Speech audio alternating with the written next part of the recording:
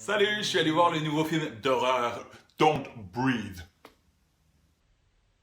En français au Québec, c'est Ne respire pas et en France, c'est La Maison des Ténèbres. C'est réalisé et coécrit par Fede Alvarez, qui a entre autres réalisé le dernier Evil Dead en 2013. Le film en vedette Jane Levy qu'on a pu voir dans la série télé Suburgatory de 2011 à 2014, Dylan Minnette qui a joué dans le film de Denis Villeneuve Prisoners en 2013, Daniel Zovatto qui a joué dans l'excellent It Follows en 2014 et Stephen Lang dans le rôle de l'aveugle qui a joué dans Avatar et qu'on pourra voir dans Avatar 2, 3 et 4, prévu pour 2018, 2020, 2022. Marquez vos calendriers.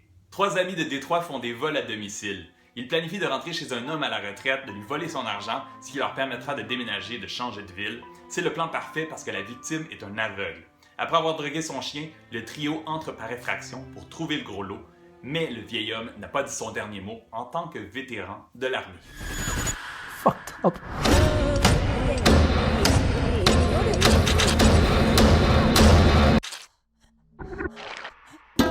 Really? Fucked up.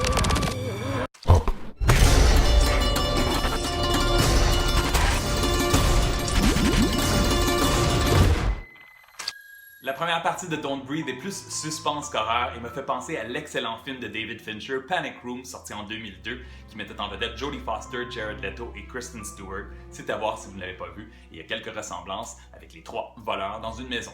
La bande-annonce de Don't Breathe était excellente, c'est un bon concept, j'ai bien aimé les personnages, et vous allez voir que la deuxième partie du film est beaucoup plus violente et beaucoup plus tordue que j'aurais pensé. Une scène en particulier, vous allez vous dire...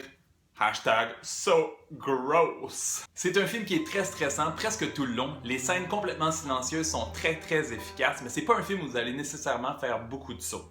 Le film Don't Breathe est vraiment exagéré, très tiré par les cheveux. Le vieux est un genre de Rambo avec son super chien, et sa voix sonne un peu comme si l'acteur Christopher Walken avait été avalé par Bane. Et tout le vacarme au début, il se réveille même pas.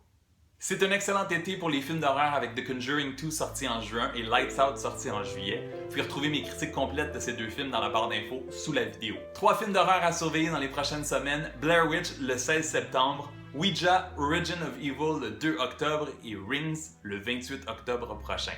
Le film Don't Breathe dure 1h30, je lui donne 3 étoiles sur 5 et je vous souhaite bon cinéma.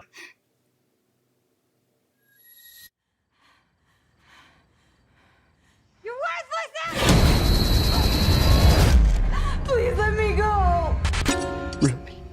Fucked up. Vous en aurez pour votre argent. Moi, j'ai embarqué dans l'histoire et vous aurez droit à des scènes typiques de films d'horreur où vous allez vous dire « Non! Non! Va pas dans le sous-sol! Non! Non! Séparez-vous pas! Restez ensemble! Ah! »